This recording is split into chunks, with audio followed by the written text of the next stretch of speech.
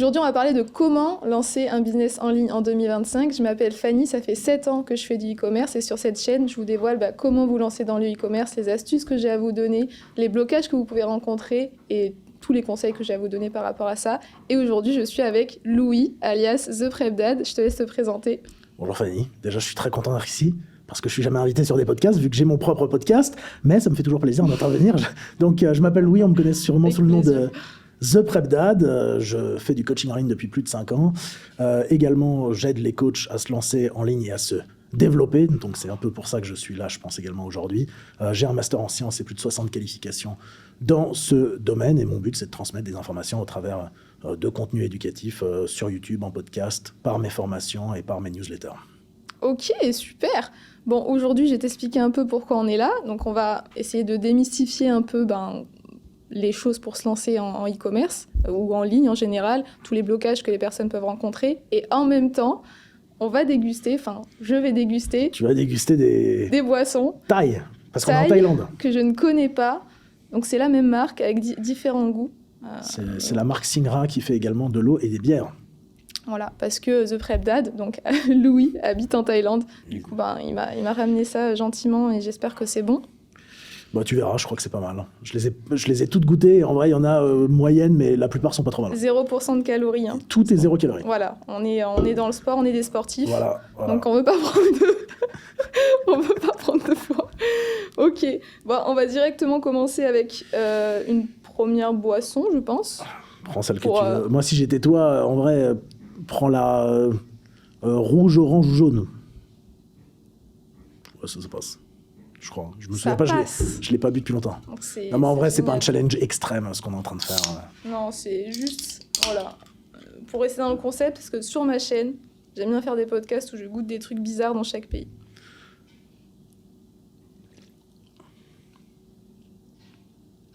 Ok. C'est bon. Je sais pas exactement quoi c'est. Non, merci, ça ira. En fait, c'est citron, mais ça a le goût du bubblegum. Non, c'est pas citron. C'est lemongrass, c'est... Non, lemon. Red lemon. Ah non, c'est l'autre merde qui est lemongrass. Alors, je sais pas du tout. Ouais, citron. Citron bubblegum. En vrai, c'est très chimique, mais c'est pas mal. Ok. Donc, première question. Oui, question simple. Toi, tu as commencé le coaching comment ? Ouais. Et quel blocage tu as rencontré au début avant de commencer ? J'ai commencé le coaching en ligne un peu avant le Covid, et je l'ai vraiment développé pendant le Covid. Ça, c'est comment ? Ça, c'est quand, pardon ? Ok. Et tu m'as dit, c'est quoi la deuxième partie de la question ? Les blocages que tu as rencontrés avant de te lancer. J'ai pas eu de blocage. Ça simplifie la réponse. Non, en vrai, je pense que il faut juste accepter une chose, je pense, quand tu fais un business en ligne. Et c'est ce que la plupart des personnes n'acceptent pas. Et c'est le principal blocage de ce que je vois chez les gens, chez les coachs, c'est la composante en ligne. C'est-à-dire accepter de se montrer sur les réseaux sociaux, accepter de devoir créer du contenu. Parce qu'encore une fois, si en 2025, vous n'acceptez pas de, par exemple, montrer votre visage, ça fonctionne moins bien. Ouais. Je connais des personnes qui fonctionnent, mais c'est plus rare. Oui, c'est sûr. Après, on peut faire des formations sans montrer le visage, mais pour la confiance, c'est pas top. Pour la confiance, c'est pas top. Personnellement, je n'irais pas acheter quelque chose de quelqu'un que je ne connais pas, parce que ça construit une relation de confiance. Et également, ce qu'il faut se dire, c'est qu'aujourd'hui, ce qui joue maintenant énormément, c'est le personal branding. Et donc, c'est qu'on puisse vous identifier. On ne peut pas s'identifier à quelqu'un qui n'a pas de visage. C'est très, du moins dans la plupart des domaines. Personnellement, je ne connais pas une formation où il n'y a pas le visage du formateur. Ouais. Mais il y a quand même pas mal de concepts qui sont sur le faceless. Genre ne pas montrer son visage en ligne et qui réussissent. Mais pendant combien de temps ? Non, pendant combien de temps et combien de personnes ? Ouais, et combien de personnes aussi. Et quel type de contenu ? C'est quoi du faceless ? C'est jouer à Minecraft avec une histoire d'horreur et poster les shorts sur YouTube ? Non, généralement, il y a même des personnes qui revendent des formations d'autres personnes sans montrer leur visage. Ah oui, mais ça, c'est de l'affiliation. Oui, voilà, c'est de l'affiliation. C'est pas donc, leur propre truc. Mais donc, ils revendent le service ou le produit de quelqu'un qui montre son visage. Ouais, c'est vrai. Donc voilà, la base, ça reste la même. Après, l'avantage, c'est que du coup, ce blocage en e-commerce, tu l'as pas parce que tu montres pas ton visage. T'as pas besoin d'être sur les réseaux, t'as besoin de rien faire. À partir du moment où tu fais de l'e-commerce, oui, pas quand tu te mets à vendre des choses en lien avec le e-commerce, que ce soit des formations ou d'autres produits, mais c'est sûr que ça peut être un des avantages. Ouais. Après, ce qui est différent, c'est que du coup, quand tu te lances dans le coaching en ligne, tu n'as pas besoin d'un capital de départ. Non, tu n'as pas besoin de capital de départ, tu as besoin de zéro. Après, tu as besoin de compétences. Mais c'est d'ailleurs tout le débat du nombre de coachs par rapport au nombre de qualifications que la plupart ont et de la législation, notamment si vous êtes en France, qui est relativement floue. Ça joue un petit peu. Donc en fait, tu n'as pas besoin de capital de départ, mais théoriquement, tu es censé... de compétences et de connaissances. Voilà, tu es censé avoir des compétences et des connaissances. Ouais. De toute façon, à partir du moment où tu connais plus de choses que quelqu'un, tu as plus de connaissances que lui. Mais il y a l'aspect légal. Ouais. Il y a l'aspect légal où à partir du moment où tu fais des recommandations sur la santé d'une personne et où potentiellement ça peut poser à un certain moment problème, là il y a le cas de conscience de se dire est-ce que c'est moral de faire ça. Beaucoup n'ont pas cette conscience-là, mais c'est ce qu'il faut se dire. Ouais. Alors, il y en par a exemple, pas mal. le e-commerce, tu n'as pas spécialement besoin de qualification de départ. T'as pas besoin de qualification de départ, mais c'est vrai que d'avoir un petit bagage, ça fait 7 ans que j'y suis, ça aide quand même. Tu sais, Bah oui, les erreurs, les best Voilà. practices, voilà. tu sais tous les échecs par lesquels la personne peut passer, etc. Et tu peux mieux accompagner les personnes. Exactement. Surtout avec certaines méthodes. Ok, d'accord. Ok, deuxième question, après on va prendre une autre boisson. Si t'avais 0 €, aucun réseau, aucune compétence, tu ferais quoi en premier pour te lancer en ligne? Donc, je dois tout refaire depuis zéro. Ouais, Bah déjà, avoir des réseaux sociaux. Donc, se créer un compte. ok. Mais c'est dans les choses à faire ou pas? Enfin, dans le sens, imaginons que je repars de 0-0. Ouais, si t'avais rien, comment tu ferais pour te lancer en ligne? T'as pas de réseau, t'as pas de compétences, t'as rien. Première chose, Tu fais quoi se créer un compte Instagram et une chaîne YouTube. Ok. Pourquoi? Instagram, Ça, c'est spécifique au coaching, du coup. C'est pas pour tous les business en ligne. c'est spécifique. Mais Non, oui, c'est ce que tu spécifique. fais, toi. Non, c'est spécifique pour les coachs et consultants. Pour des personnes qui vendent un service et pas un produit. Pour n'importe qui. Si vous vendez une formation, même chose. Ça vaut pour ça. Donc là, ce qui est bien, c'est que ils vont avoir les deux versions. Donc toi, c'est plus service-produit. Si et vous moi, vendez un c'est service. plus produit physique. Voilà. Toi, c'est plus produit digitaux. Moi, c'est on va produits dire. digitaux. Tu te crées un compte Instagram et un compte YouTube. Ouais. Sur le compte Instagram, tu postes... alors déjà, la première chose que j'irais faire, c'est quasiment que poster des contenus pour un peu suivre les tendances et des contenus d'autorité pour montrer votre habilité à justement aider des gens. Et pas spécialement du contenu qui parle de vos produits ou services. Et je pense qu'au départ, 100% de vos contenus pendant Donner au de moins la un valeur. mois, ça doit que être ça. Ensuite, sur YouTube, vous faites du building public. C'est-à-dire vous expliquez comment vous vous développez dans le coaching en ligne en même temps, les gens que vous aidez et votre parcours personnel. Ouais, montrer le background de Voilà. ton évolution, quoi, finalement. Voilà, c'est tout. Et vous faites ça jusqu'à ce que vous ayez des résultats. Et dernière chose, prenez des clients gratuitement. Coachez 5 personnes gratuitement, ayez de bons résultats avec ces gens.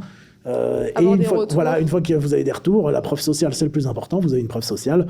Vous avez du contenu d'autorité car vous vous y connaissez dans votre domaine. Vous montrez qui vous êtes sur votre chaîne YouTube. Et tout ça, ça vous permet de vendre. Et il faut le faire tous les jours. Tous les jours, tu poses des vidéos Sur YouTube. Non, sur Instagram. Sur Ok. YouTube, je pense sur YouTube. En fait, c'est quand vous avez le temps. Si vous avez le temps, faites une vidéo par jour. Hein. Oui, c'est sûr. Au début, on a pas mal qui font une vidéo par jour. Je fais une par semaine. C'est pas Voilà. trop le Moi, temps. je pense une par semaine, c'est le strict C'est minimum. minimum. Mais c'est quand vous avez que... Parce qu'au début, quand vous vous lancez, vous avez qu'une Il y a chose, que c'est ça, ouais. du temps. Vous avez que du temps. Donc si vous avez du temps, investissez ce temps et faites une vidéo YouTube par jour. Voilà. Vous allez en avoir pour vous filmer un peu la matinée, vous montez 2 heures l'après-midi, c'est fine. Oui, Voilà. au final, on s'en fout de comment c'est monté, si c'est bien monté, si c'est bien tourné. Le Une but, vidéo c'est juste de se YouTube, lancer, quoi. build in public, où c'est un peu un vlog, vous avez besoin de faire des cuts, ça prend pas énormément de temps. Je pense que j'irai faire ça. Des cuts, c'est des découpages. Des Il y en a découpages. qui parlent peut-être pas anglais. C'est quand vous coupez la vidéo Voilà, pour ne pas des avoir moments où il y a rien, les quoi. moments blancs. Voilà. Voilà. Donc, c'est ce que j'ai à faire. Ok. Et d'accord. toi Moi, du coup, j'utiliserai la méthode que j'enseigne actuellement, qui permet de commencer avec 0 €. En fait, je fais pas du e-commerce sur Shopify, où il faut payer Shopify, où il faut payer des publicités sur Facebook, etc., ou même créer une marque. Moi, je vais utiliser les marketplaces, donc c'est-à-dire eBay, Amazon, Cdiscount, Etsy, qui ont déjà beaucoup de personnes qui viennent sur leur site, qui sont prêts à acheter, qui ont confiance en la plateforme. Et en fait, quand tu te mets sur quand tu mets tes produits sur ces plateformes, bah, tu auras déjà des personnes qui seront prêtes à acheter ton produit. Tu n'auras même pas besoin de faire de publicité. Les personnes, elles ont confiance en la plateforme, comme j'ai dit. Et en plus de ça, donc de ne pas faire de publicité et de ne pas faire de site, parce que du coup, tu seras sur ces plateformes, bah, tu n'as pas non plus besoin d'avoir de stock avec ma méthode. Et en fait, ce que je vais faire, c'est que je vais me mettre sur des produits qui fonctionnent déjà Hein, je vais pas réinventer la roue et me dire tiens, je vais essayer ce produit. Non, je vais mettre sur des produits qui fonctionnent déjà et du coup, ça va vendre assez rapidement. Et donc, pour commencer, je trouve que c'est un bon business quand tu n'as pas trop d'argent, quand tu n'as pas de connaissances, quand tu n'as pas de compétences. Mais il y a quand même un budget. C'est un bon... Le seul budget que tu as à mettre, c'est la commande. Oui, voilà. En fait, tu dois juste avancer. Par exemple, quand un client commande, toi, tu vas devoir commander chez ton fournisseur. C'est le seul budget que tu as. Mais du coup, ça agrandit pas le délai de livraison pour la personne? Non, ça va. Il faut choisir des bons fournisseurs. Et là, du coup, parce que moi aussi, je vais te poser des questions. Ouais. Mais du coup, là, comment tu fais si tu prends un produit que tout le monde a et que tu arrives et que tu as 0 ranking? Parce que tu n'as pas de notes, tu n'as pas d'avis. Comment est-ce que tu te fais pour démarquer du même produit qui se vend et qui a 5 étoiles sur Amazon avec 250 avis? Ouais. Alors, il y a des techniques qui permettent de se placer directement sur ces fiches produits-là qui sont bien rankées. Tu peux te placer directement dessus. En fonction du prix, en fonction de ton temps de livraison, etc. Tu vas passer devant ces personnes-là et être mis plus en avant que eux. Même si tu as 0 avis? Même si tu as 0 avis. Sans pub sponsor? Sans pub sponsor. C'est intéressant. Voilà. Je prends plein de choses comme ça. Ah, génial, je vais tousser pendant tout le podcast. Mais du coup, voilà, donc ça c'est ma méthode et c'est pas mal. Les seules choses que vous avez à payer, enfin que les personnes ont à payer, c'est effectivement les premières commandes à envoyer une par une. Et puis sur Amazon et sur Cdiscount, il y a un abonnement à payer. Et encore sur Amazon, il y a une technique pour éviter cet abonnement. Donc sur Cdiscount, on va dire, il y a un abonnement à payer. Voilà. Mais du coup, là c'est du dropshipping. Ouais, c'est pour le coup, tu n'as pas la possibilité de créer une marque avec un fournisseur. Non, là, c'est vraiment une méthode pour bien commencer, voir un premier pas dans le business, se faire de l'argent, plein d'argent, et puis après évoluer en marque ou etc. quoi. Voilà. Ok. En fonction des produits qui fonctionnent et tout. Ok. Et là, si tu veux évoluer en marque, ça prend beaucoup plus de temps quand même pour trouver un. Là, du coup, voilà, faut trouver un bon fournisseur. Le produit, du coup, généralement, si ça t'arrive à en vendre un pas mal, tu vas essayer d'aller vers cette niche-là, catégorie de produits. Okay. Et après, tu as juste à trouver un fournisseur et commander tes stocks et mettre ta marque dessus. C'est assez simple. C'est assez simple parce que je m'y connais. Et ça marche à combien un produit que... Parce que les gens, ils peuvent s'attendre à combien de marge sur un produit, comme tu dis au début, que tu achètes directement à ton fournisseur l'envoie, suivant de là où c'est Ouais, alors généralement, j'essaye d'avoir au moins 20% de marge net. En enlevant les taxes, en enlevant le pourcentage que la marketplace prend. Parce que sur chaque vente, elle va prendre un pourcentage. Donc j'essaye généralement de faire x2 sur le prix du fournisseur, minimum x2 sur le prix du fournisseur. Si je peux pas faire un x2, je mets pas ce produit-là en vente. Mais après, du coup, la limite, ça serait que si la personne n'a vraiment pas d'argent, ou quasiment pas, c'est très compliqué. Parce que même si tu fais x2 sur un produit que tu as vendu 10 €, ouais. Tu restes bloqué à vendre des produits à bas coût et du coup, pour faire un grand bénéfice, ça devient compliqué. Ouais, Ou parce que sinon, il faudrait vendre une quantité qui soit énorme. C'est ça. Alors du coup, les produits un peu moins chers sont plus faciles à vendre, donc ils se vendent plus. Oui, mais du coup, on va vendre beaucoup plus pour faire une vraie somme d'argent. Oui, c'est ça. Au début, de toute façon, quand t'as pas d'argent, il va falloir se positionner sur des produits pas très chers comme ça. Ensuite, quand tu vas commencer à avoir du cash flow en retour, là, tu vas commencer à te positionner sur des produits un peu plus chers, voire du high ticket à 500, 1000 €. Voilà, ça aussi, j'en parle. Dans mon accompagnement. Voilà. donc du coup, voilà. Bon, ça, c'était pour cette question. Je vais goûter une autre boisson. Tu me conseilles laquelle? Bon, ma préférée, c'est l'orange. Qui est citron yuzu, non? Yuzu, ouais. Yuzu. En fait, c'est que au citron? Non, il y a... Red lemon. Il y a... Ume lemon. Et là, il y a lemon to go. Lemon soda. Et... Mais non, mais en fait... celle que tu as goûtée rouge, c'est pas citron.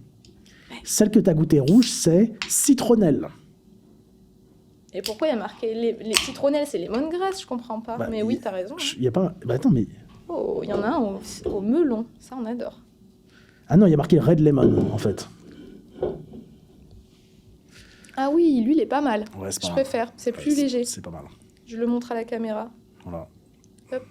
Si jamais vous venez en Thaïlande. Si jamais Singra veut sponsoriser cette vidéo, qui va faire au moins 1 million de vues. Qu'est-ce que tu penses, petit aparté, des boissons zéro calories? C'est vraiment... C'est bon pour la santé? C'est bon pour la santé. Ah, ok. Non, faut pas dire que c'est bon. Je sais. Ce n'est pas mauvais pour la santé. Ok. En fait, par rapport à une boisson sucrée avec des calories, les boissons zéro seront toujours supérieures. Oui, mais si par exemple... Si t'as le choix entre de l'eau minérale et... Non, mais l'eau minérale est sûrement supérieure. L'eau est supérieure. Oui, mais après... Un jus de fruits. Ah bah non, ça c'est supérieur à un jus de fruits. Ça, c'est mieux qu'un jus de fruits pour la santé. Oui. Ok. Donc si par exemple une personne, elle boit tous les matins un jus de fruits, elle peut prendre un peu de poids, alors que si elle prend ça... Voilà. Elle peut pas prendre de poids. Là, elle peut pas prendre de poids. Non, tu peux pas prendre de poids sur de la matière vide. Okay. C'est-à-dire s'il n'y a pas de calories. Bon, sachant que quand il y a marqué 0 calories, il y a une approximation, elles font sûrement une dizaine de calories. Mais entre boire 150 calories et boire 10 calories, le calcul il est vite fait. Enfin, suivant l'objectif de la personne. Si la personne a pour objectif de prendre du poids, il y a plein de contextes et qu'elle aime son jus de fruits, qu'elle boive son jus de fruits. Ok. Si la personne souhaite perdre du poids et qu'elle boit un jus de fruits, la meilleure alternative, c'est sûrement de remplacer par une boisson zéro. C'est étonnant. Je me suis un peu éloignée du sujet, mais ça m'intriguait. On fera un autre podcast sur le sujet. Spécialiste. Ouais, on fera un autre podcast sur le sujet. Ok, prochaine question. Est-ce que tu as déjà eu peur d'échouer ? Et qu'est-ce que tu dirais à quelqu'un qui a peur de démarrer ? T'as pas eu peur d'échouer, toi ? Mais c'est quoi la vision de l'échec qu'on pourrait avoir ? C'est quoi échouer ? Il y a pas mal... C'est quoi échouer ? Du coup, moi, je sais ce que c'est échouer, mais chacun a sa vision d'échouer. Pour moi, quelqu'un qui échoue, c'est soit quelqu'un qui démarre pas, soit quelqu'un qui arrête en cours de route. Pour moi, c'est ma seule façon d'échouer. Non, je pense qu'il y a des... Non. Je pense arrêter en cours de route, c'est pas un échec, parce qu'il y a beaucoup de personnes qui n'ont pas de potentiel dans le business en ligne. Ça, on pourra en parler. Il y a des personnes, il faut accepter, qui ne sont pas faites pour faire ça. Il y a des personnes qui ne sont pas faites pour travailler en ligne. Tout le monde ne peut pas devenir entrepreneur. Tout le monde ne peut pas travailler pour soi. Sinon, le monde ne serait pas fait comme ça. Et il y a beaucoup de personnes déjà... Enfin, je pense que ça part de la manière dont on est éduqué, dont on apprend les choses et dont on est exposé aux différentes choses dans notre environnement. Voilà, le passé, etc. Il y a des personnes qui, hélas, ne sont pas faites pour ça. Oui. Donc voilà. Donc, ok, on va dire. Mais ces personnes-là, si à un moment donné, elles essayent un truc et elles arrêtent, elles vont percevoir ça comme un échec. Mais parce que c'est un échec. Mais... Même si elles sont pas douées dedans, c'est un échec. Oui, c'est un échec, oui, on peut le dire. Mais c'est un échec qui est sûrement... et arrêter, c'est sûrement les meilleures décisions. Dans ce cas-là, oui, si la personne bute sur un truc. Non, si vous êtes bloqué et que vous changez pas, et que vous arrêtez, c'est peut-être pas la meilleure chose. Si vous bloquez, que vous changez quelque chose, que vous continuez, que même chose, c'est un échec, vous changez, c'est un échec, ou que vous êtes au même palier depuis 2 ans, là, il faut peut-être se remettre en question. Donc ça, c'est par rapport à la vision peut-être de l'échec. Et je suis désolé pour les personnes qui le prendront mal, mais c'est la vérité. Ah, t'es pas d'accord ? Si. Voilà.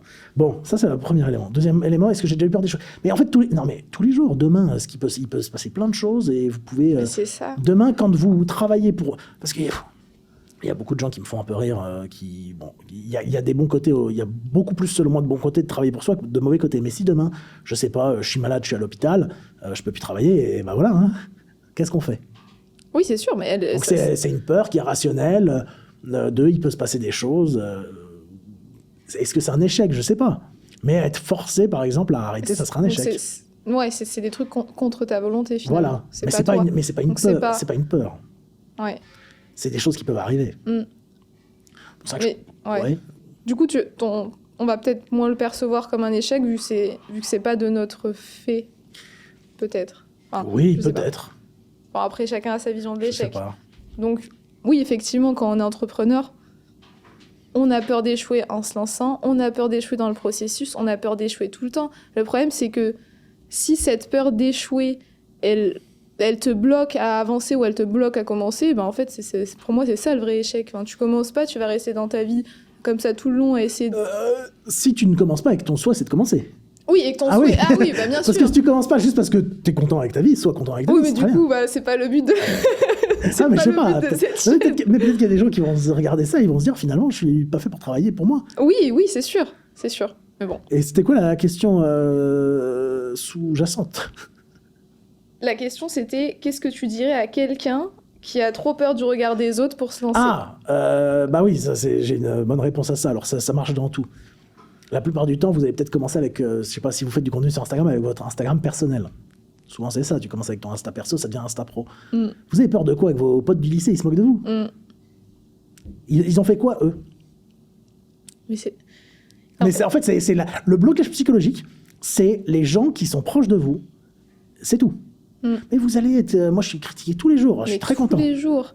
Très content d'être critiqué tous les jours. Ça change rien à ma vie. Moi, j'ai la meilleure vie du monde. J'habite en Thaïlande. Je suis très content.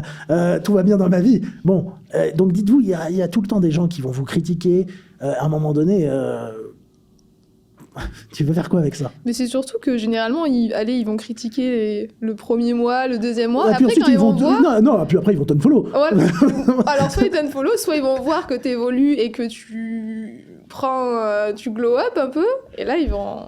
c'est ça. Ils vont être jaloux. Je sais pas si ça serait de la jalousie, mais ça serait peut-être une frustration ou au contraire, quelque chose auquel ils s'attendent pas. Tu sais... Ou ils vont peut-être changer d'avis et se dire, purée... Il a eu des... Moi, quand j'ai commencé à faire ça, il y en a beaucoup qui pensaient qu'on ne pouvait pas faire d'argent avec du coaching en ligne. Mais même moi, à l'heure actuelle, j'ai dit que je faisais un podcast aujourd'hui avec toi qui fais du coaching en bodybuilding. Et il y en a qui me disaient, ah, mais il arrive à gagner de l'argent avec un coaching en bodybuilding. Non, je gagne pas d'argent. Il est à la rue. Je fais du bénévolat. Non, mais puis la vérité, c'est vous pouvez gagner énormément d'argent. Ouais. Non, mais c'est aussi une vérité, mais c'est comme dans plein de domaines. Vous pouvez gagner dans n'importe quel domaine, on va dire, où vous travaillez pour vous-même en ligne, suivant l'idée que vous avez, vous pouvez potentiellement gagner énormément d'argent. Après, c'est pas ça ce qui doit vous attirer. Oui, non. Alors non, oui, faut pas se lancer en ligne juste pour avoir de l'argent. Sinon, ça marchera pas. Si vous en lancez accord avec ce que vous faites, etc. Si vous lancez dans la ligne pour avoir de l'argent, vous en aurez pendant 2 mois. Ouais, parce que le truc, c'est qu'on passe pendant tellement... Enfin, il y a tellement d'échecs de process, etc., que si tu es là que pour l'argent, effectivement, tu vas pas tenir longtemps. Oui, et puis il y a justement le problème aussi de personnes qui n'ont jamais connu ça. C'est-à-dire que si demain, je sais pas, même pour certains coachs sportifs en salle, vous touchez une certaine somme qui est peut-être pas celle qui vous convient, on va dire, je sais pas, 1500, 2000 euros par mois, ce qui est déjà bien 2000 euros par mois en France, par rapport à, si on prend le pourcentage total des personnes, qui sont peut-être pas satisfaites avec ça, ils se mettent à faire du coaching en ligne. Au bout de quelques mois, j'en connais qui ont fait 10, 15 000 euros et qui se mettent à s'acheter des Rolex. Mais ça, c'est l'exemple typique de choses à ne pas faire. Une Rolex, ça coûte entre 7 et 50 000 euros, on va dire. Ce n'est absolument pas stratégique. Ouais, ils évoluent pas avec... En fait, le problème, c'est qu'ils gardent la mentalité... C'est pas du tout la mentalité de quelqu'un qui a de l'argent. Ouais. Je connais pas une personne qui ferait ça. Quelqu'un qui commence à avoir de l'argent, vous vous entourez bien. Vous prenez un comptable, un avocat fiscaliste, vous vous mettez à faire des placements intelligents, vous vous mettez à penser à potentiellement ce qui pourrait se passer. À la place de dépenser, j'envoie avec des chaussures Dior, machin. Ça me fait rire. Après, ils apprennent à faire des erreurs comme ça, finalement. Alors, soit ils apprennent pas. Ils font l'erreur, ils pensent que ça attire peut-être un certain type de personnes vers eux, forcément, quand vous tentez... Mais c'est typiquement quelque chose que je trouve absolument ridicule. Oui, c'est ridicule, mais tu penses pas que pour certaines personnes, ça fait partie du processus, du coup, de passer par ces phases-là? Non, pas du tout, parce que je pense qu'ils se rendent pas compte que c'est une phase. Ok. Je pense qu'il y en a beaucoup, vraiment, ils se disent « Ah ouais, c'est bon. » Quand vous gagnez 15 000 euros par mois en ligne, vous n'êtes pas riche. Hein. Ah oui, non. Par rapport à l'échelle de gens qui touchent de l'argent en ligne. Et j'en connais qui touchent du 100 000, 200 000 euros par mois en ligne. Ouais. Et je parle de coachs que je connais personnellement qui touchent 150 000, 200 000 euros par mois en ligne. L'argent, ça peut venir vite et ça peut repartir très Voilà. Donc c'est surtout ce qu'il faut se dire, c'est aussi il faut le rationaliser sur l'échelle des personnes qui existent. Et par contre, je sais que je parle de sommes qui peuvent paraître aberrantes pour certaines personnes, mais c'est une réalité. Hein. Il y a des personnes qui gagnent énormément d'argent dans beaucoup de pays. Et à partir du moment justement où vous n'êtes pas avec un salaire fixe, votre seule chose pour faire plus d'argent, c'est vous-même. Donc vous pouvez vous motiver et ça peut se décupler très rapidement. Pour revenir à ta question de ceux qui ont peur de... C'est quoi? Ceux qui ont peur du regard des autres? Oui, pour se lancer. Mais ils font quoi, eux? Oui, voilà. Mais qu'est-ce qu'ils font, les gens qui vous justement, critiquent? Ils font rien. La plupart du temps, ils font rien. Enfin, c'est ce que je dis tout le temps, ils ont fait quoi? C'est comme les gens qui commentent sur les vidéos YouTube. Des commentaires négatifs. C'est du vécu. Non, mais oui, mais ça me fait toujours rire pour une chose, c'est... Moi, il n'y a pas un instant où ça me viendrait à l'esprit de commenter négativement une vidéo. Soit je commenterais pour quelque chose de positif, soit si j'aime pas la vidéo, je ne commente pas et je pense même pas que j'irai mettre un dislike. Mais au pire des cas, si vraiment j'aimais pas la vidéo, je la trouve nulle. Déjà, je la regarde pas jusqu'au bout. Tu la regardes pas et tu... Et puis peut-être, à la rigueur, si vous avez envie de mettre un dislike, mettez un dislike. Mais mettre un commentaire désobligeant négatif, c'est une preuve souvent de lâcheté et de faiblesse parce que la plupart des comptes, par exemple sur YouTube, sont des comptes qui sont anonymes. Et ensuite, mais vous faites quoi? Parce que je sais pas, personnellement, et même les personnes qui m'entourent, est-ce que ça te viendrait à l'esprit de mettre un commentaire négatif sous une vidéo? Ah non, ça ne viendrait pas à avec un compte anonyme? Non. Ah, pas du tout. À la limite, je le ferais pas personnellement, mais si c'était des trucs constructifs qui pourraient t'aider à évoluer. Mais du coup, ça, c'est pas négatif. Oui, non, mais genre... Oui, c'est un commentaire constructif. Oui, c'est un commentaire constructif. Parce que même aux personnes, par exemple, je sais pas, il y a sûrement des créateurs de contenu, des éducateurs en ligne que j'apprécie pas, ça me viendrait pas une seconde à l'esprit de commenter négativement une vidéo genre en mode PTDR, t'es nul. Mais il y en a vraiment qui font ça, en plus. Non, mais c'est même plus encore. Moi, je pense que je suis dans une niche où ça va. Mais par exemple, je pense aux personnes notamment qui font du e-commerce. C'est souvent des personnes qui se prennent des commentaires négatifs en mode c'est de l'arnaque, arnaqueur, oui. Ah, mais tout le temps. vous vendez du vent. Enfin, voilà. Ouais, elle parle, mais elle doit faire 500 € par mois. Voilà, ouais, ce qui est vrai. Mais non, mais en vrai, je pense que c'est une niche encore pire en termes de critique. Ouais, non, bah tout ce qui touche à comment gagner de l'argent sur Internet, tout est perçu comme arnaque. Oui, mais même là, j'ai lancé une chaîne pour parler de la vie en Asie. J'ai mis une vidéo et je dis, je sais plus, je dois dire, je fais du coaching en ligne et j'aide les coachs à se développer. Oh, PTDR, encore un qui travaille pas ou je sais pas. C'est un travail. C'est un travail, hein. C'est un travail. C'est un travail déclaré. C'est un travail déclaré où vous vous employez et où vous employez des gens, donc vous créez de la richesse parce que vous employez des gens. Où est le problème à ça? Non mais attendez, et ça aide d'autres gens.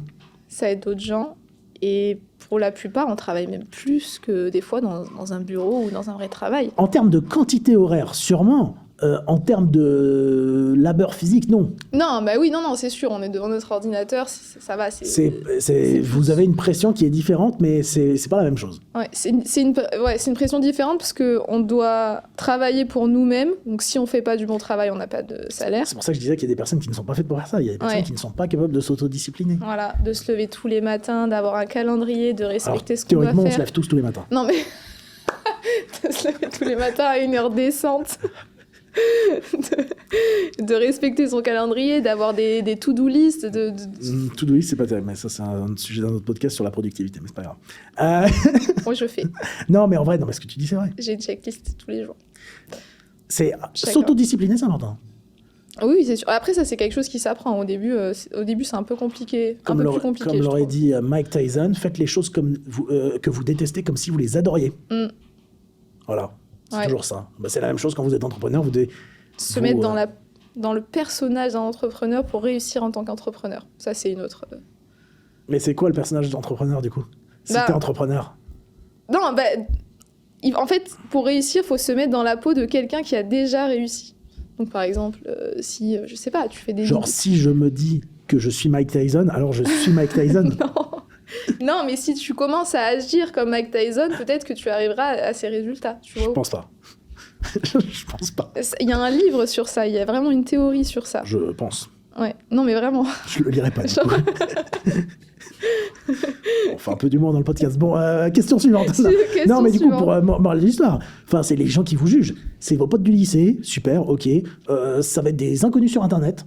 Des gens qui ne vous... Surtout, attendez. Il y a même... Non, mais surtout, attends, juste... Une chose, vous moquez des gens qui vous critiquent ou des gens qui vont vous juger, c'est des gens qui ne vous achèteront jamais rien. Pourquoi vous vous souciez de gens qui ne vous achèteront jamais rien à la place de vous soucier de gens qui veulent acheter vos produits et services? Ouais. En plus, le plus souvent, j'ai envie de dire, c'est comme un peu au collège-lycée, quand les personnes se moquent de vous, c'est que il y a quand même un fond de jalousie envers vous, une manière de te rabaisser pour eux se sentir supérieurs. Tu vois. Je pense que quand on est enfant, je pense que c'est un peu différent. Parce que c'est une manière, oui, de s'élever socialement, sûrement. Parce que, par exemple, je sais pas, faire une moquerie à un camarade qui est gros ou maigre, certains, ça les élève peut-être, parce que du coup, ils sont un peu plus drôles, ça fait rire les gens. Mais c'est ça, mais ça les élève pas personnellement. Non, ça les élève pas personnellement, mais je pense que... Enfin, par exemple, tu vois la personne qui commente sur ta vidéo YouTube PTDR, nanani, nanana, elle attend quoi en retour? Qu'il y ait des personnes qui la soutiennent et qui aussi... Ah, je pense pas. Je pense qu'il y en a qui attendent une réaction. Je pense qu'il y en a qui... Non, je pense après, il y en a beaucoup qui sont jaloux. Par exemple, sur la vidéo que j'ai faite en Thaïlande, je vois le profil des gens... Enfin, j'arrive à analyser à peu près le profil des gens qui commentent. Je pense qu'il y a beaucoup de personnes qui ne sont jamais parties, jamais sorties de chez elles. Ouais, aussi. J'irais pas dire partir à l'étranger, j'irais sortir de leur ville. Mais et ça, il y a encore une fois, il n'y a rien de mal. Il y a rien de mal à ne pas voyager. Il n'y a rien de mal à avoir des a priori sur quelque chose. Mais vous ne pouvez pas vous permettre de faire un jugement définitif sur quelque chose que vous ne connaissez pas. Le truc, c'est de toute façon, dans la société d'aujourd'hui, on se compare toujours aux autres. On a toujours... Enfin, c'est comme ça. Oui, mais ça, c'est un autre problème. Oui, ça, c'est un autre problème. Et qu'est-ce que je voulais dire même pour démarrer, donc il y a les amis, etc., qui peuvent se moquer de vous. Il y a aussi, parfois, souvent, la famille qui n'est pas aussi derrière nous. Et on a peur aussi de ne pas être soutenu dans ce sens-là. Personnellement, je le suis pas trop. Voilà, j'en ai déjà parlé dans une autre... Tu vas pleurer, là, ou pas? Non, pas du tout, parce qu'en fait... Pleure, ça fera peut-être plus de vues. Justement, moi, mon mode de fonctionnement, c'est prouver aux autres qu'ils ont... Enfin, c'est prouver aux autres qu'ils ont tort. Dans le sens où plus tu vas me dire des choses négatives, moins tu vas croire en moi, plus je vais être... ça va me motiver. Après, il y a différents modes de fonctionnement. Hein. Mais le jugement familial ne doit pas aussi... vous empêcher de commencer, quoi. Parce que quand vous aurez réussi, ils seront là derrière vous. C'est souvent ça. Bah oui, c'est ça. Ils sont pas là au début, mais ils sont là après. C'est souvent ça. Comme tous, en fait. C'est souvent ça. Ouais. Question suivante. On entend... On entend souvent... Ouais. On entend souvent que c'est saturé, le business en ligne. Tout le monde fait du business en ligne, etc. Oui. T'en penses quoi? C'est saturé. Par des gens qui ne savent pas comment faire les choses. Mais en fait, c'est ça le truc, c'est que du coup, les gens qui savent pas comment faire les choses, elles réussissent pas. Donc c'est finalement pas saturé pour celles qui ont des compétences. Voilà, ce que je dis tout le temps, c'est, par exemple pour le coaching sportif en ligne, oui, c'est saturé par des gens qui ne savent pas quoi faire. Enfin, quoi faire, comment faire, qui n'ont pas de qualification, qui n'ont pas de stratégie, qui ne savent pas aider les gens. Oui, c'est saturé. C'est pour ça qu'aujourd'hui, par exemple, il y a beaucoup de personnes qui critiquent, il y a plein de coachs sportifs, tout le monde est coach, ou tout le monde est coach en ligne, tout le monde machin. Oui, c'est vrai. Mais le pourcentage de personnes qui réussissent? Il est très faible. Sur 100 coachs, on va dire sur 100 coachs que je vois, il y en a 5% qui réussissent relativement bien. Et quand même, je trouve ça énorme. Ouais, non, puis je suis généreux, c'est sur 100 coachs que j'ai déjà vu moi. Oui, donc t'as un bon bien. cercle, ouais. Pas des gens qui ont fait mes formations, ils réussissent quand même relativement plus. Mais non, mais d'une manière générale, en vrai, la plupart des gens que je vois, c'est vrai que c'est relativement faible. Après, je pense que ça reste peut-être supérieur à la niche du e-commerce, parce que je pense que c'est encore plus dur de se démarquer dans le e-commerce. Ouais, alors, le truc, c'est que chaque année, enfin tout le temps, il y a des gens qui disent que c'est saturé, ils se lancent pas, et pendant qu'il y a des gens qui se lancent pas, il y en a d'autres qui se lancent et qui réussissent. Et donc, il y a 5 ans, tout le monde disait « c'est le Covid, tout le monde se lance, je vais pas me lancer, ça va être saturé ». Et maintenant, les gens qui se sont lancés pendant le Covid et qui ont réussi, et ceux qui se sont pas lancés, ils disent « lui, il a de la chance, il a commencé au bon moment ». Et en fait, c'est ça tout le temps. C'était ça il y a 10 ans, c'était ça il y a 15 ans. C'est jamais saturé. Parce qu'il faut savoir quand même que le e-commerce, ça représente seulement 20%, il me semble, du commerce total. 20%, alors que maintenant, tout le monde commence à commander en ligne. Amazon, tu vois, et les gens, ils s'en rendent pas compte, en fait. Ça sera jamais saturé. Il y a de plus en plus de personnes qui commandent en ligne. Et c'est surtout les manières d'acheter et les besoins évoluent. Oui, voilà. Il y a plus de consommateurs, finalement, que de vendeurs. C'est souvent ça. Oui, non, mais dans le sens où le marché des consommateurs évolue plus. La demande est supérieure à l'offre. Voilà, évolue plus que le marché des vendeurs. Ouais. Exactement. Donc non, c'est saturé par des gens qui savent pas comment faire. Voilà. Alors oui, à la limite, il y en a qui savent pas comment faire, qui se lancent et qui, soit ils ont la mauvaise méthode, soit ils abandonnent, soit voilà. Et il y en a plein. Enfin, il y a peut-être 90% des personnes qui sont comme ça. Et il y a les 10% qui arrivent avec les bonnes méthodes. Donc c'est pas saturé. Il faut juste se démarquer et puis comprendre que la concurrence, il y a toujours eu de la concurrence. Est-ce que parce qu'il y a un restaurant en bas de cette rue, tu vas pas ouvrir ton restaurant juste en face? Potentiellement. Tu vois? Non mais... Je pense que c'est un très mauvais exemple. Non mais pas juste en face, mais... non mais tu peux quand même ouvrir un restaurant, même s'il y a 10 000 restaurants en France, tu peux ouvrir un 10 001e restaurant. Je crois qu'il y a beaucoup de restaurateurs. Il va quand même marcher. Je crois qu'il y a beaucoup de restaurateurs qui échouent, justement. Ok. Je crois, hein. Je pense. Après, à la différence... Je pense que l'exemple n'est peut-être pas le meilleur, mais je pense que tout le monde a compris ce que tu voulais dire. Oui, à la différence, c'est que quand tu ouvres un restaurant, tu dois avoir un crédit, tu dois mettre beaucoup d'argent. Alors que pour démarrer en ligne, sauf si tu es sûr que ton restaurant est vraiment meilleur. Ça, c'est encore autre chose. Oui, non, mais... l'exemple à donner, c'est plutôt... t'as un restaurant mal noté sur Google en face de chez toi, tu veux ouvrir ton restaurant dans la même rue, tu sais que tu fournis un service qui est de meilleure qualité car tu sais cuisiner, alors là, tu peux l'ouvrir. Oui, du coup, on vient à mon exemple. Non, ton exemple n'était pas bon. Ton exemple, c'était il y a un restaurant, ouvre un restaurant en face. Mais si tu sais pas cuisiner, tu vas pas ouvrir de restaurant. Oui, du coup, c'est dans la logique de mon truc qu'il y en a plein qui échouent parce qu'ils n'ont pas la bonne méthode et ils sont pas Je pense que c'est pas la bonne méthode, pas les connaissances de la niche, pas les connaissances du domaine, et qui comprennent pas comment ça fonctionne. Oui, bon. Non, mais parce que j'ai envie de tester celle-ci au melon. C'est la seule qui est différente. Celle-ci, c'est celle que je déteste le plus, je crois. Et je sens que c'est celle que je vais le plus aimer. Bah, déjà, elle sent le melon, normalement. Elle a vraiment le goût de melon. Elle a vraiment le goût de melon. J'aime bien. Moi, j'aime.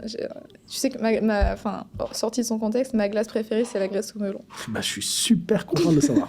Et vraiment, c'est pour ça que je suis venu sur ce podcast, d'ailleurs. Ça m'intéresse beaucoup. Voilà. Moi, je pensais que c'était un peu sérieux, que j'allais pouvoir parler. Finalement, je me retrouve à regarder quelqu'un qui boit des boissons melon. Super. Merci, Louis. Non, mais c'est super bon. Ah bah, très bien. J'ai bien aimé. Ah bah, cool. Question suivante. Quand un coach vient te voir et te dit je veux lancer mon business, mais je suis perdu. Ouais. Tu fais quoi avec lui concrètement les 3 premières semaines ? La première chose à regarder pour la plupart des personnes, c'est la stratégie de contenu qu'ils ont et la niche qu'ils ont. On va l'inclure dans le même truc. La deuxième chose à regarder, c'est la manière dont ils vendent. La plupart ne savent pas vendre. Et quand vous débutez en coaching, je pense que faire des appels pour vendre, du closing, c'est très important et c'est une compétence à avoir. La troisième chose à regarder, c'est sûrement les systèmes et la manière dont le coach fait son coaching. Il y a beaucoup de personnes qui perdent du temps inutilement, il y a beaucoup de personnes qui n'ont pas assez de connaissances, il y a beaucoup de personnes... Enfin là, si on parle d'un point de vue juste business, ça c'est le gros problème. Les 3 gros problèmes. Donc premier, c'est les réseaux sociaux. Souvent, les contenus sont nuls, pas impactants. C'est le problème, c'est générique. Mm-hmm. Deuxième problème, c'est la vente. La plupart sont très mauvais en vente, ne savent pas vendre. Voilà. Ça, c'est dans tous les business. Dans tous les business. Et le troisième problème, du coup, c'est ce que je disais, c'est les systèmes de coaching, la manière dont la personne va programmer pour un client, etc. Ça, souvent, c'est soit pas pratique, soit pas bien fait. Et donc, le vrai problème, du coup, ça sera ça. Parce que du coup, vous allez peut-être avoir peut-être que vous faites du très bon contenu, vous savez bien vendre, mais si vous avez des résultats nuls avec vos clients, très mauvaise rétention, pas de bons avis, les gens partent. Oui, non, mais c'est vrai. Mais ça s'applique aussi au e-commerce. Hein. Si on a des mauvais avis, on sera moins mis en avant. Voilà les trois choses que je regarde. Ok.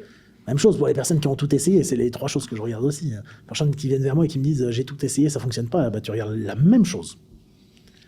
Parce que souvent entre un débutant et quelqu'un qui vous dit j'ai tout essayé, c'est souvent la même chose. Hein. C'est un manque de connaissances dans ce domaine-là. Vraiment, j'ai l'impression qu'il y a des personnes qui sont très déconnectées de ce que le coaching en ligne devrait être. Ouais. Tu trouves pas ça plus dur de coacher des personnes qui ont de l'expérience que des personnes qui n'ont pas d'expérience ? Non, c'est plus facile. En fait, c'est plus facile... alors, parce que moi, je propose plusieurs choses. J'ai ma formation pour les coachs, le mastermind, et j'ai mon mentoring pour les coachs. Mais dans mon mentoring, ce que je remarque, c'est que souvent, ça reste bien plus facile d'aider des personnes qui sont déjà avancées. Parce que les personnes qui sont déjà avancées, pour qu'ils aillent au niveau supérieur, c'est souvent revoir leur système. C'est tout. C'est revoir leur système parce que souvent, c'est des personnes qui sont très fortes en contenu. C'est peut-être revoir parfois la manière de vendre un peu. Et du coup, potentiellement avoir une nouvelle offre ou un nouveau prix pour l'offre. Et c'est revoir les systèmes de coaching, la manière dont ils coachent. Ça, pour moi, c'est beaucoup plus simple. Ok. Parce que je peux leur expliquer exactement ce que j'ai fait à ce stade-là quand ils y étaient. Alors que moi, quand j'étais tout au début, il y a bien plus longtemps que le début des coachs de maintenant. Ok. J'ai un point de vue différent, mais je pense que du coup, c'est parce que je suis dans un domaine différent. Je trouve ça plus facile d'apprendre à des personnes qui n'ont rien appris, parce que du coup, elles vont t'écouter et elles vont apprendre directement la bonne méthode. Ça, c'est encore autre chose, oui. C'est les... qu'à des personnes qui pensent déjà tout savoir et qui vont moins t'écouter. Ah, mais ça, c'est le problème même dans la formation en ligne, dans le mastermind que j'ai. Moi, je veux être sûr que les personnes qui achètent le mastermind, The Prep Dad Mastermind, ce soient vraiment des personnes qui sont prêtes à travailler avec moi et à écouter ce que j'ai à dire. C'est sûr que si vous êtes convaincu par ce que vous pensez... C'est compliqué de changer. Alors, oui, c'est compliqué de changer, mais déjà... Je pense que nous, en tant éducateurs, dans ce que tu veux, formateur, il y a la manière de dire les choses. Et c'est pas dire à la personne « tu as tort », c'est dire à la personne « je vois ce que tu veux dire ». Je te comprends. Ouais. Mais dire sincèrement, c'est-à-dire qu'il y a plein de personnes qui viennent avec des choses qui sont un peu irrationnelles. Je leur dis « je vois ce qu'ils veulent dire » parce que peut-être que j'ai eu les mêmes pensées à un moment donné. Mais ça, c'est sûrement plus adapté. Donc, c'est sûr que si leur esprit a été pollué par des choses différentes durant des années, on ne va pas changer les gens, mais on peut faire en sorte qu'il y ait un shift, Ouais. voilà, parce que tu m'as dit de traduire les mots. Un tournant, un déclic. Intellectuel pour elle. Ouais, mais... Ouais, ok. Du coup, je trouve ça un peu plus compliqué c'est plus compliqué d'avoir ce chiffre que de commencer sur une feuille blanche. Je pense que ça dépend, ça dépend à quel point tu es une figure d'autorité pour la personne. Oui. Car si tu es quelqu'un que la personne voit comme une figure d'autorité pour elle, c'est peut-être plus facile. Ok. Et par là, je voulais donner une leçon, parce qu'il y en a pas mal qui osent pas se lancer, justement, parce qu'ils n'ont pas d'expérience. Je trouve ça plus simple, et les personnes évoluent plus vite quand elles n'ont pas d'expérience que quand elles ont d'expérience, et qu'il faut qu'on leur fasse ce déclic-là, tu vois. Souvent, c'est ça. Hein. Donc, devoir changer toutes les stratégies de quelqu'un, voilà. C'est parfois plus long que créer une stratégie. C'est ça. Parfois. Donc, ouais, ok. Donc, ça sert à rien d'avoir d'expérience pour commencer, hein. Enfin, non, mais ça, c'est un peu bizarre. Parce que personne n'a d'expérience quand tu commences. Non, mais c'est un frein à beaucoup de personnes qui débutent en ligne, c'est j'ai pas de connaissances, j'ai pas de compétences. Ça, c'est différent. Je sais pas utiliser nanana. Mais ça s'apprend. Oui, mais voilà, mais c'est ça, ce que je voulais dire du coup de par cette question-là, c'est qu'on peut commencer, enfin c'est même des fois plus simple de commencer sans expérience que de commencer avec expérience et d'avoir des a priori sur chaque chose. Oui. Et surtout... l'argument on n'a pas d'expérience. Comment dire? Quand tu commences, tu n'as pas d'expérience. Enfin, quand tu commences de zéro. Tu ne peux pas avoir de l'expérience en commençant. Mais c'est ça. C'est comme les jobs qui vous demandent je sais pas combien d'années d'expérience alors que vous venez de sortir d'études et alors que vous avez toutes les qualifications du monde. Ouais, non, mais ça, c'est hallucinant. Voilà. Les preuves que vous construisez au fur et à mesure, c'est plus important que l'expérience. Ok. Voilà. Question suivante. C'est quoi le mythe que tu entends tout le temps dans le business et qui fout en l'air les débutants? Et je crois qu'on a parlé... il me semble que tu en as parlé dans une vidéo récemment. Alors non, il y en a plein. Bon, déjà, il y a le truc de c'est saturé. Bon, ça, on l'a débug. Il y a le truc de... il faut un site internet. Alors, ça, c'est valable dans ton domaine, mais c'est valable dans le mien aussi. Les coachs, en 2025, qui font des sites, ça ne sert à rien. Ça sert à rien. Rien. C'est un investissement qui ne sert à rien. À rien. Donc, personne ne va vous rechercher sur Google. Mais par exemple, si tu fais des vidéos sur Instagram, etc., ces personnes, tu vas les rediriger vers ça dépend un lead magnet ou un tunnel de vente? Non, pas pour du coaching en ligne. Pas pour du coaching. Ah, mais moi, je suis Alors, moi, en 2025, les tunnels de vente, c'est terminé. Ok. Tunnel de vente, ça ne sert plus à rien parce que vendre un produit... Bon, si on parle d'un produit à un haut coût juste avec un tunnel de vente, c'est peut-être plus compliqué. Ce qu'il faut, c'est un modèle différent où vous allez entretenir une relation parasociale avec la personne. Une relation parasociale, c'est quand, par exemple, vous regardez quelqu'un sur YouTube, vous avez l'impression de connaître la personne. Ça, c'est la réalité de ce qu'il faudrait sûrement faire. Mais donc, il ne faut pas de site internet ni de tunnel de vente, parce que la plupart des personnes n'en ont pas besoin. Personne ne vous recherche sur Google, première chose. Deuxième chose, la question du tunnel de vente, ça dépend de la manière dont vous allez faire les choses, et même chose, tu vois, du lead magnet, quand tu fais du coaching, moi je trouve que c'est pas quelque chose qui fonctionne. Un lead magnet avec une séquence mail quand tu fais du coaching en ligne, selon moi ça ne marche pas. Ou sinon c'est des personnes, par exemple, je connais des personnes qui font du ads avec une pub sponsor, ils te redirigent vers un tunnel, qui redirige vers un book call. Du coup, à bien différencier formation et coaching, du coup. Ah, mais pour les deux, là pour moi, pour la formation et pour le coaching, il faut pas de tunnel, non? Ok. Je pense pas qu'il faut expliquer dans une page, dans un tunnel de vente, ce que contient la formation. Mais si la personne, tu la nourris avec tes contenus en format long. Oui, du coup. Pendant des mois, tu n'as pas besoin. La personne, elle va t'envoyer un message, elle va te dire « Je veux prendre ta formation parce que je sais ce que tu fais, je sais qui t'es, je sais que tu le fais bien, je sais que ce que tu vends, c'est de la qualité. Je n'ai pas besoin de voir une énième page, un tunnel de vente pour vendre un produit super cher. Et dans une VSL, tu n'expliques rien. Ouais, c'est pas mal ton système. T'es pas le seul qui me dit ça. Personnellement, je fais pas comme ça, mais... j'ai pas tout testé. Les appels de vente, ça fonctionne. Les tunnels de vente, ça fonctionne. Et ce que j'explique là, ça fonctionne. Après, qu'est-ce qui fonctionne le plus pour vous? C'est sûr en fonction de la personne. Ouais. Quand vous faites, par exemple, de la pub sponsor, c'est sûr qu'une pub sponsor avec un book call et des setters de closers, ça marche peut-être mieux. Mais là, c'est un coût supplémentaire. Parce que ça veut dire que vous devez faire de la pub sponsor sur Meta Ads. Et ça vous coûte de l'argent. Ouais, je suis d'accord. Mais donc, c'est pour ça que je disais, un site internet, ça ne sert à rien. Pour les coachs. Pour les gens qui vendent des formations, peut-être. Mais moi, j'ai un site, mais est-ce que je dirige vraiment des personnes depuis mon site? Non. Ok. Je maintiens juste mon site parce que si on tape ThePrepDad sur Google, on tombe sur ThePrepDad.com, ThePrepDad.education, ThePrepFamily.net. T'as acheté tous les domaines. J'ai 15 domaines ThePrepDad. Parce que, anecdote, parce que quand j'ai... Anecdote assez intéressante. C'était il y a plusieurs années, j'ai acheté le domaine. Alors non, il y a un ami à moi, un ancien ami à moi du coup, anecdote, j'ai jamais raconté un podcast, là c'est une anecdote croustillante un peu, tant que j'y pense.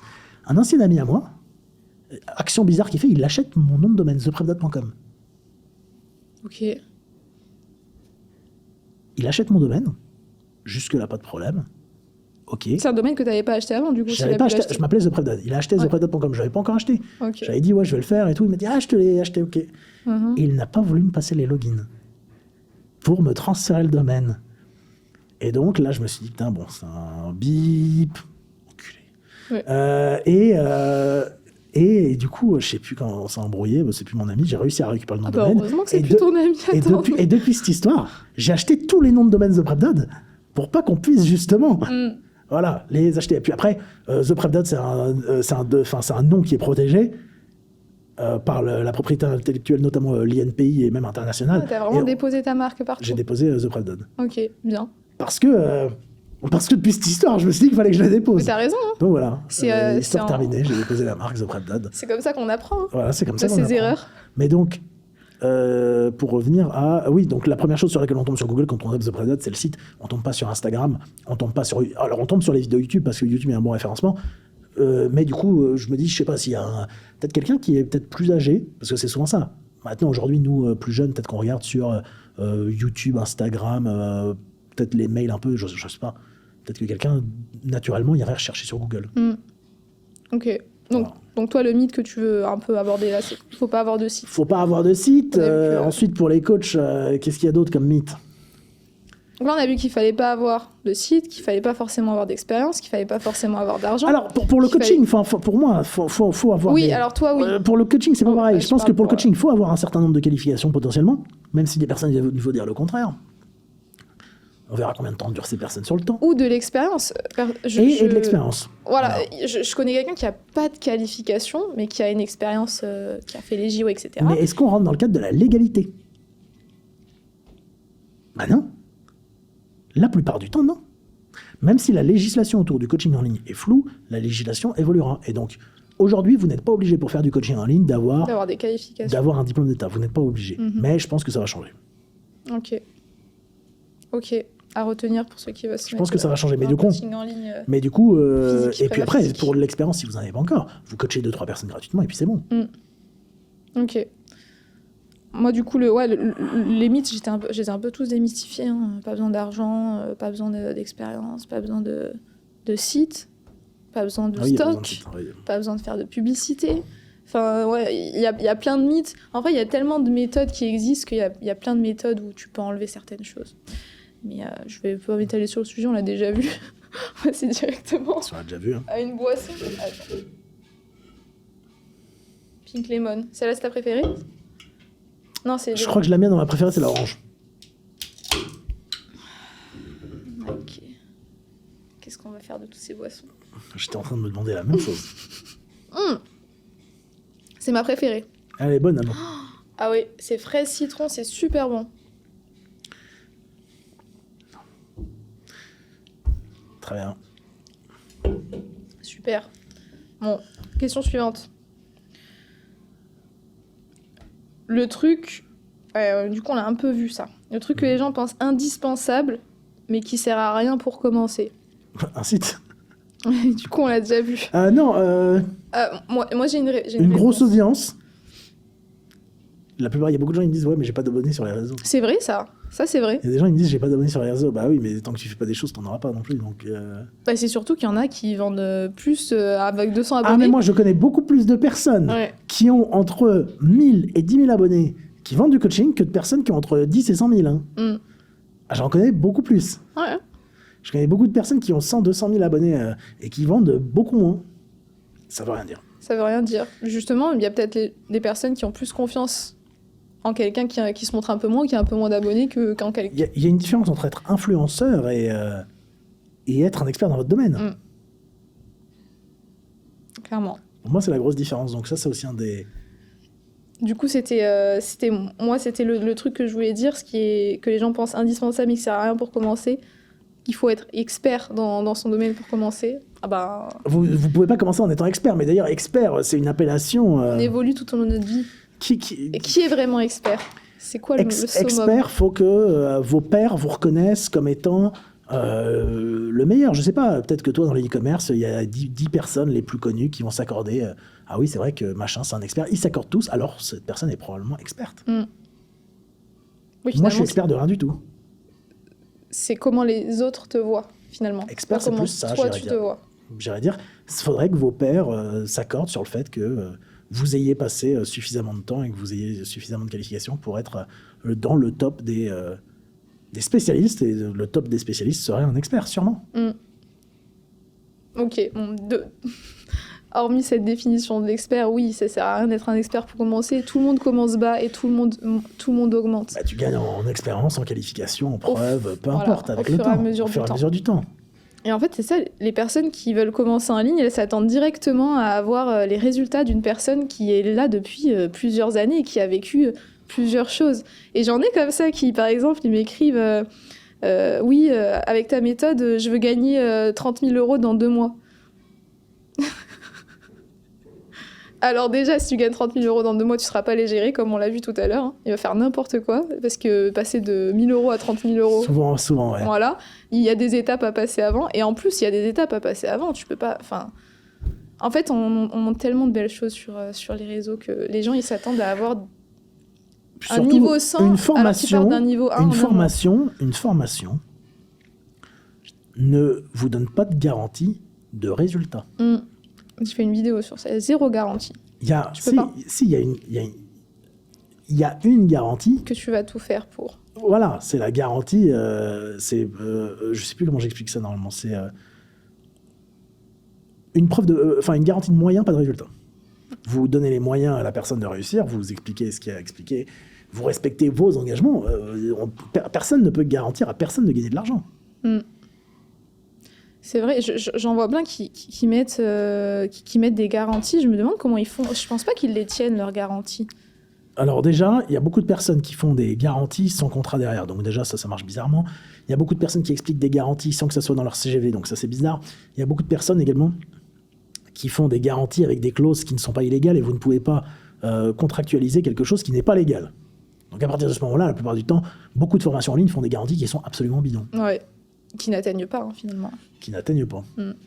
Et vu que le cerveau humain oublie, en plus, on passe à autre chose. Vous le voyez sur une page de vente, garantie satisfait ou remboursée, vous y croyez. Voilà, vous y croyez, ça vous aide à acheter. Finalement, ça se passe pas, mais on oublie vite. Exactement. Et c'est pour ça que ces personnes mettent des garanties, finalement. Parce qu'elles savent que la personne, elle va plus y penser, quoi. Par exemple, les 30 jours satisfaits ou remboursés, ça aide, ça augmente les achats des personnes. Ouais. Mais est-ce que tu vas vraiment mettre 30 jours à finir la formation ? Non, et puis même... Et en plus, il y a tellement de garanties. C'est si tu fais pas ça, si tu fais pas ça, Exactement. si tu fais pas ça, si tu fais pas ça. Et comment vérifier que la personne a fait tout ça ? Finalement, les garanties... Exactement. Voilà. On a un peu dérivé de la question, mais... Ok. Prochaine question. On a bientôt fini, hein. Développement personnel. C'est quoi ta plus grosse claque mindset depuis que t'es entrepreneur ? Développe. C'est-à-dire Développe. Moi, par exemple, je dirais que en reparlant de l'échec, on échoue jamais vraiment, tu vois. Ça, c'est un peu un mindset que... comment expliquer ? C'est une question tricky, celle-ci. Mais par rapport à ça, je sais pas, il y a plein de choses à prendre en compte qu'on n'imagine pas quand on commence. Et donc, c'est faut vous dire que l'objectif final ne doit jamais être l'argent, selon moi. Parce qu'on nous vend beaucoup ça comme un get rich quick scheme. Devenez riche rapidement. La réalité, c'est que si vous faites ça pour l'argent, il y a des gens qui réussiront bien mieux que vous qui ne pensent pas à ça, et c'est souvent le cas, c'est toujours le cas. On va prendre l'exemple des youtubeurs connus, genre Squeezie, etc., qui font ça par passion et qui finalement... Je pense pas, celui aussi qui visiblement fait ça par passion, c'est MrBeast. Aussi, ouais. Et puis MrBeast, on lui a proposé de racheter sa chaîne à 1 milliard, et il a dit non. C'est la preuve, encore une fois. C'est plus ça, c'est pas une claque ni rien, mais c'est encore une fois se dire que vous devez vraiment faire ça par passion pour la chose que vous voulez faire, et non pas par le syndrome de l'objet brillant et vouloir à tout prix gagner de l'argent. Parce qu'il y a de grandes chances que durant les premiers mois, vous ne gagnez pas d'argent. Et il y a de grandes chances que vous ne gagnez jamais 10 000 euros par mois. Évidemment qu'il y a de grandes chances, même 5 000 euros, il y a beaucoup qui n'y arriveront pas.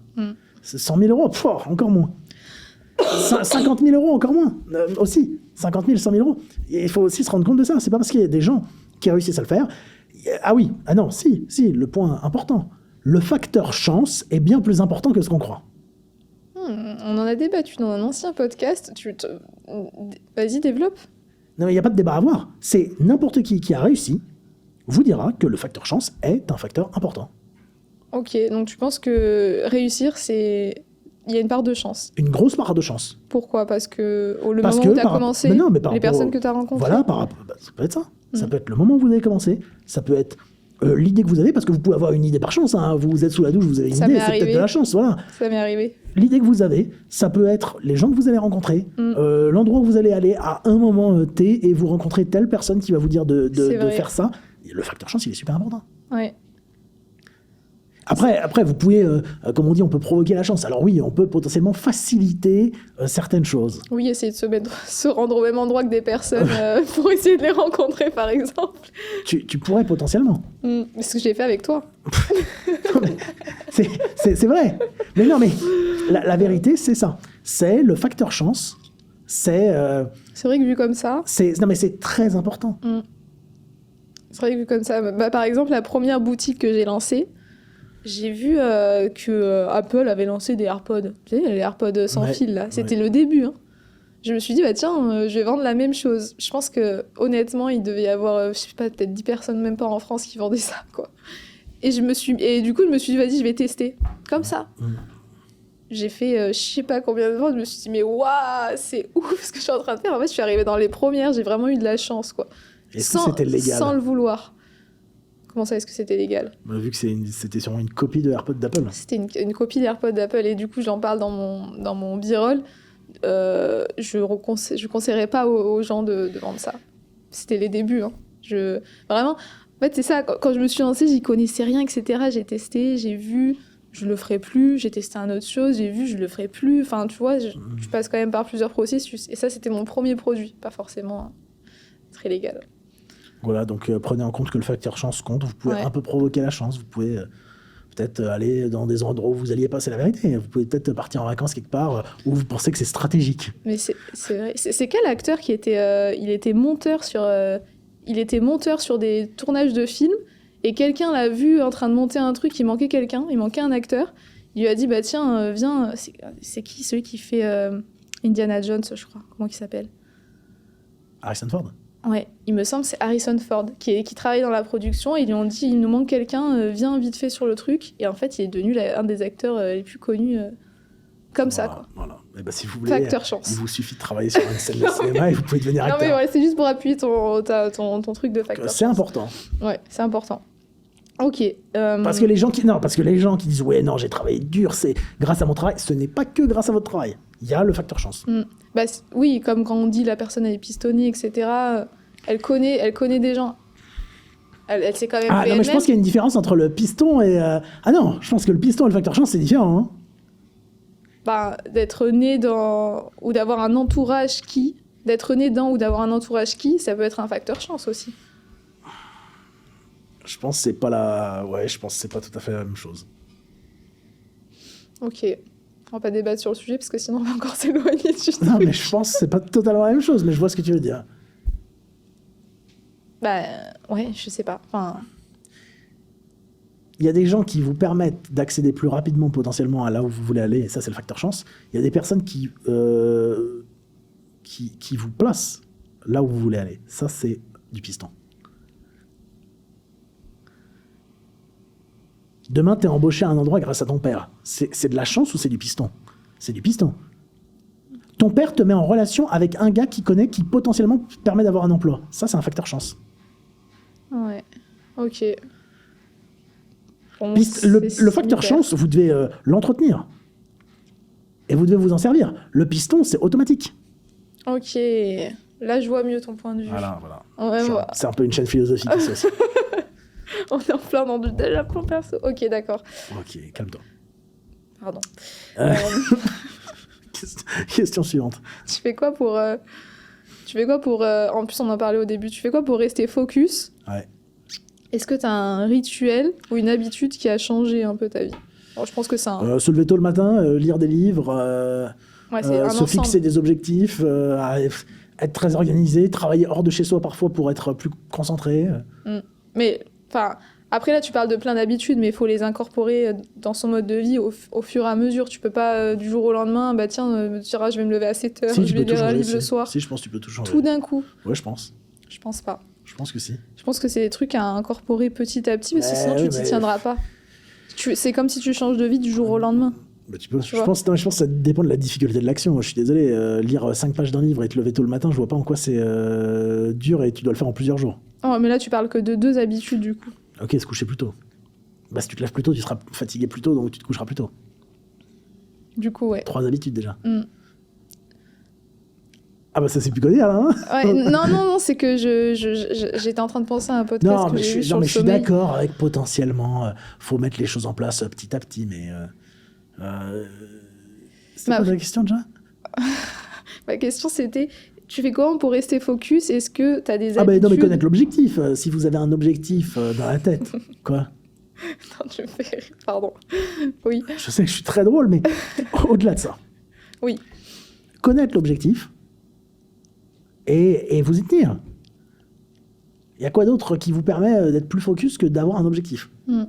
Objectif long terme, objectif moyen terme, objectif court terme. Les objectifs long terme, ça sert à rien, mais... bah oui, voilà. Un objectif... Faut le dire. Non, mais des objectifs avec des échéances particulières. Parce qu'il faut des échéances. Si vous avez un objectif que vous n'avez pas d'échéance, ça sera un échec. Ouais, mais même si c'est une échéance, genre, je veux être millionnaire C'est pas un objectif. C'est pas un objectif. Je veux que ma société soit cotée en bourse, je sais pas, dans 2 ans, on va dire. Ça, le truc, c'est que vu que c'est un objectif long... Mais ça, c'est pas très intelligent non plus comme objectif. Non, mais je parle juste... Là, c'est juste pour appuyer une théorie. C'est des mauvais exemples. C'est pour appuyer une théorie. Très mauvais exemple. Merci. Si l'objectif est long, tu t'y tiendras moins que si tu te mets plein d'objectifs courts. Oui, ça peut également être plus décourageant. Du style... un objectif long, tu parles? Non, plein d'objectifs courts, du coup. Parce que ça t'éloigne de ton objectif long, en fait, en quelque sorte. Ah non, par exemple, je vais donner un autre exemple. Je veux avoir 200 000 abonnés à la fin de l'année. Là, il y a le facteur chance. Non, mais arrête avec ton facteur chance. Ouais, c'est vrai. Ton premier objectif, ça va être le premier mois d'arriver à 5 000, tu vois. Après, non, mais ça, c'est pas un objectif. Ça, c'est pas un objectif. Je dis juste que il faut avoir des objectifs. J'essaye de répondre à ta question. Je dis juste qu'il faut plus... c'est plus motivant d'avoir des objectifs courts et moyen terme que d'avoir un objectif long terme. On est tous d'accord. J'ai jamais dit le contraire. Voilà, mais je voulais juste appuyer mes propos avec des exemples. Douteux. Avec des exemples douteux. Bon, vous avez compris le principe. Donne-moi un exemple d'objectifs long terme et plein d'objectifs court terme pour y arriver. Par exemple, dans le business en ligne. J'en ai pas là. Ok. Je préfère abstenir que donner des exemples débiles. Non, la réalité, c'est... Non, mais c'est plus pour moi, c'est dire un objectif avec des échéances dans l'objectif. Ouais. Oui, bon, c'est ce que tu étais en train de dire, mais ça... C'est plus se mettre des deadlines sur ce que vous allez faire. Ouais.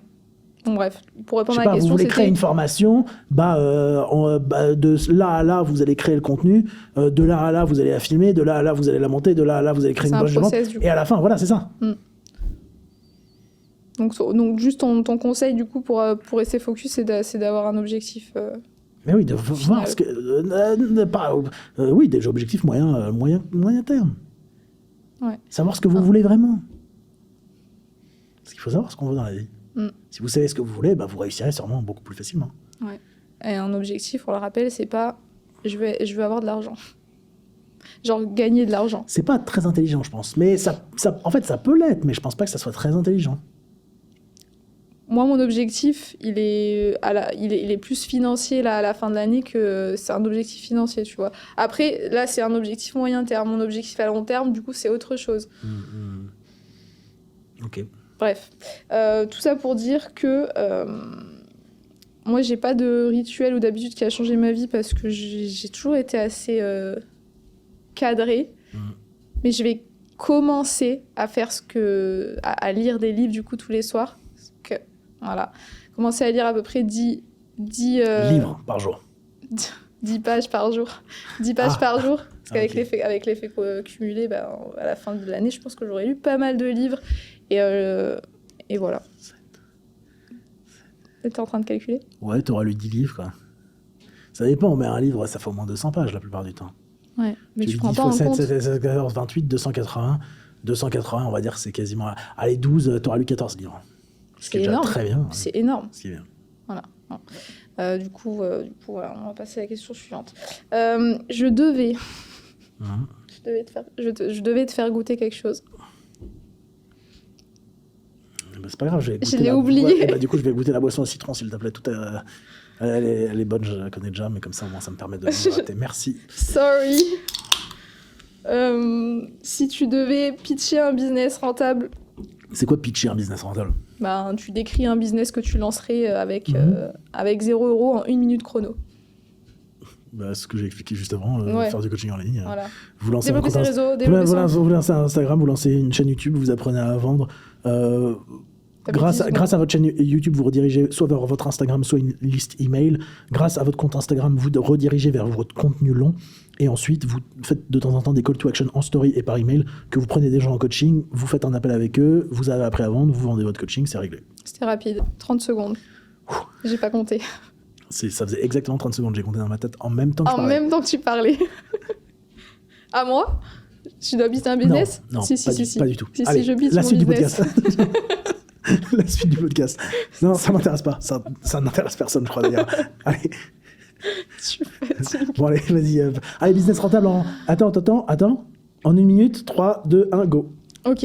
Tu crées ta société, tu t'inscris sur les marketplaces. Donc, Cdiscount en premier. On va commencer par Cdiscount. Tu t'inscris sur Cdiscount. Tu cherches des produits qu'ils vendent. Tu te places sur les produits en question. Enfin, tu essaies de les trouver chez tes fournisseurs. Tu te places sur les produits en question. Tu vends. Ensuite, quand tu commences à réussir sur Cdiscount, tu passes sur eBay. Ensuite, tu passes sur Amazon. Puis tu passes sur Etsy. 2 mois de décalage entre chaque plateforme. Et on y est. Il bosse 30 secondes. Voilà. 27. Voilà. Tu vois, je suis allée rapidement. Hein. Et tout ça, pour pitcher un business de merde, c'est pas trop dur. Non, mais tu m'as arrêté,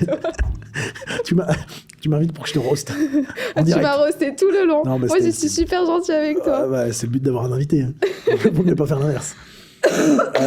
Non, mais c'était une bonne idée. Mais du coup, comment tu trouves des bons fournisseurs, du coup ? Parce que là, dans la timeline... En fait, dans la timeline... Ça, je peux pas le révéler. Bah si, il n'y a pas de secret bien gardé.